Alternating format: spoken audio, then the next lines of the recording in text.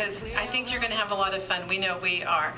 I'm representing Soroptimist International. I'm program director for our international organization, and our mission is to work together as professional women to empower women and girls throughout the world in a number of issues affecting them.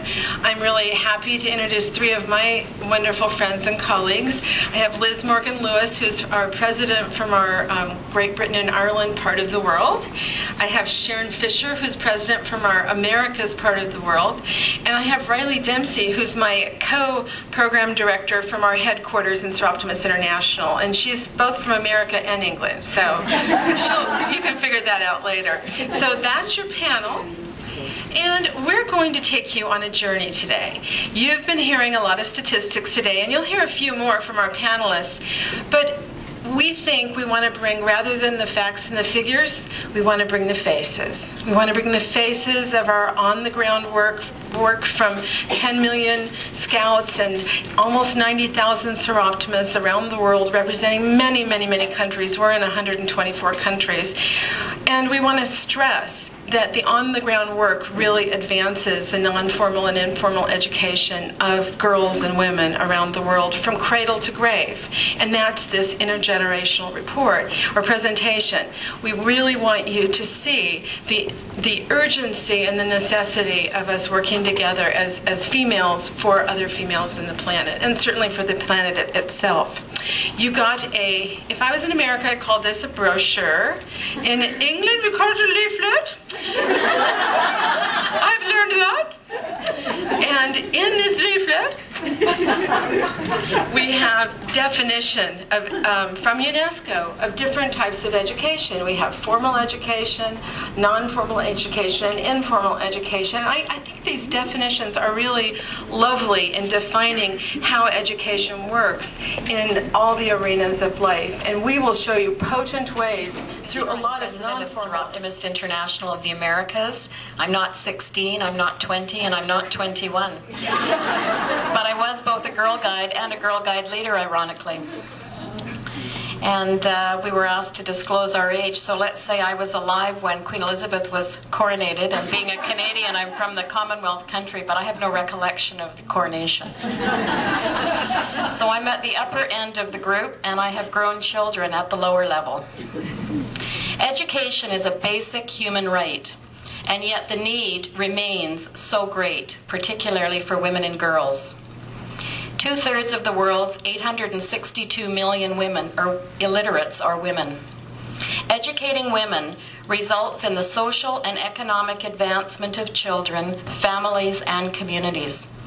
Educated women are more likely to enter the formal labor market, learn what they and their children need to do to stay healthy, and send their children to school. Single mothers have even more obstacles to obtaining higher education when the immediate needs of their families take precedence over longer-term goals. The Women's Opportunity Award, a major Soroptimist program in education for women, finds the program being accomplished by clubs in 19 countries and territories of our federation. The program assists women by giving them the resources they need to improve their education, skills, and employment prospects. The program begins with local clubs awarding women in their community. Club beneficiaries become eligible for $5,000 and $3,000 awards at a region level, and then at the international level, the award increases to $10,000. Women's Opportunity Awards beneficiaries have overcome difficulties in their lives, including abusive childhoods, violent relationships, drug or alcohol abuse, and even the loss or disability of a partner. The women have primary financial responsibility for their families. When the award was designed, we realized that women may have access to assistance with school tuition, but that by no means meant they could attend school. They still had issues with books, transportation, and of course, childcare. Therefore, they can use the award money for anything that they need to support their education. Each year, more than $1.5 million is given to more than 1,500 women at various levels of the organization. Since the program began, about $25 million has been dispersed to help tens of thousands of women achieve their dreams of a better life for themselves and their families. Last April, I met Mila. She was in the Philippines, and she had always been a good student, but she had to drop out of school when her mother became ill. She married a fellow factory worker where she had found employment. She had 3 children, got back into school, and then with no explanation, her husband left after 5 years of marriage. In search of work, she left her 3 children with her mother and accepted a domestic job in Malaysia. Mila found herself imprisoned by a couple who sexually and physically abused her. She eventually escaped and was trying to earn money to travel home by doing small jobs. Without work permits, she was arrested by the Malaysian police and put in prison.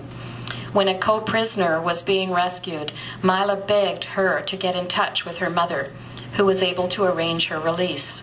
Finally, reunited with her children and her mother, Mila received a Soroptimist Women's Opportunity Award and today is working on a Bachelor of Science degree in Business Administration, majoring in computer science in the Philippines.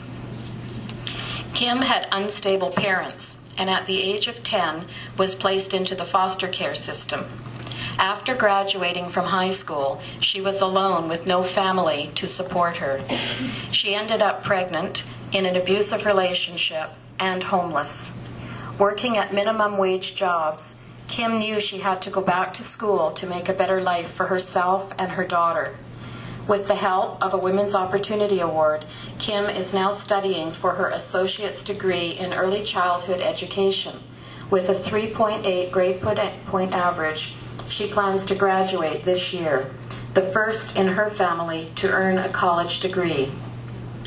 In addition to measuring the number of women that we reach and the amount of award money we give out each year, we also measure the impact that the award has had on the lives of the beneficiaries. In the past, we have done surveys of past beneficiaries to ensure that we were doing what we set out to do: change women's lives. This year, we institutionalized the follow-up and now follow up with surveys every year and have been very pleased with the outcomes. Although only 83% of our beneficiaries had completed their education at the time of the survey, many were still completing their degrees. 72% had found secure employment. 100% reported an increased sense of self-esteem and self-confidence.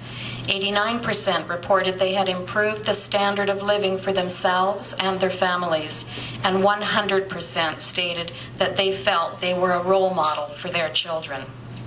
One of the recipients stated, "When I received this award, I was just 1 year from graduation. Unfortunately, I had also just been informed that a critical grant was being denied, and I didn't know how I would pay for college, but I knew somehow I would finish. Your award was the answer. It supplied me with the necessary funds to complete my degree, as well as the interval that existed between graduation, passing the exam, and gaining employment. I am now an RN in the intensive care unit of a local hospital. We specialize in reestablishing blood flow during an acute heart attack. I love my work. I love making a difference. I love who I have become. My kids say things like, when I go to college, not if I go to college. My neighbor's daughter just announced she wants to be an RN too. Your gift has not only changed my life, but the lives of those around me and countless lives in my community. I am grateful to you for all your help. Thank you doesn't begin to express my gratitude. Across the globe, there are Soroptimist projects working to educate and empower women and girls. We know that when we educate a woman, we educate a family and a community." Thank you.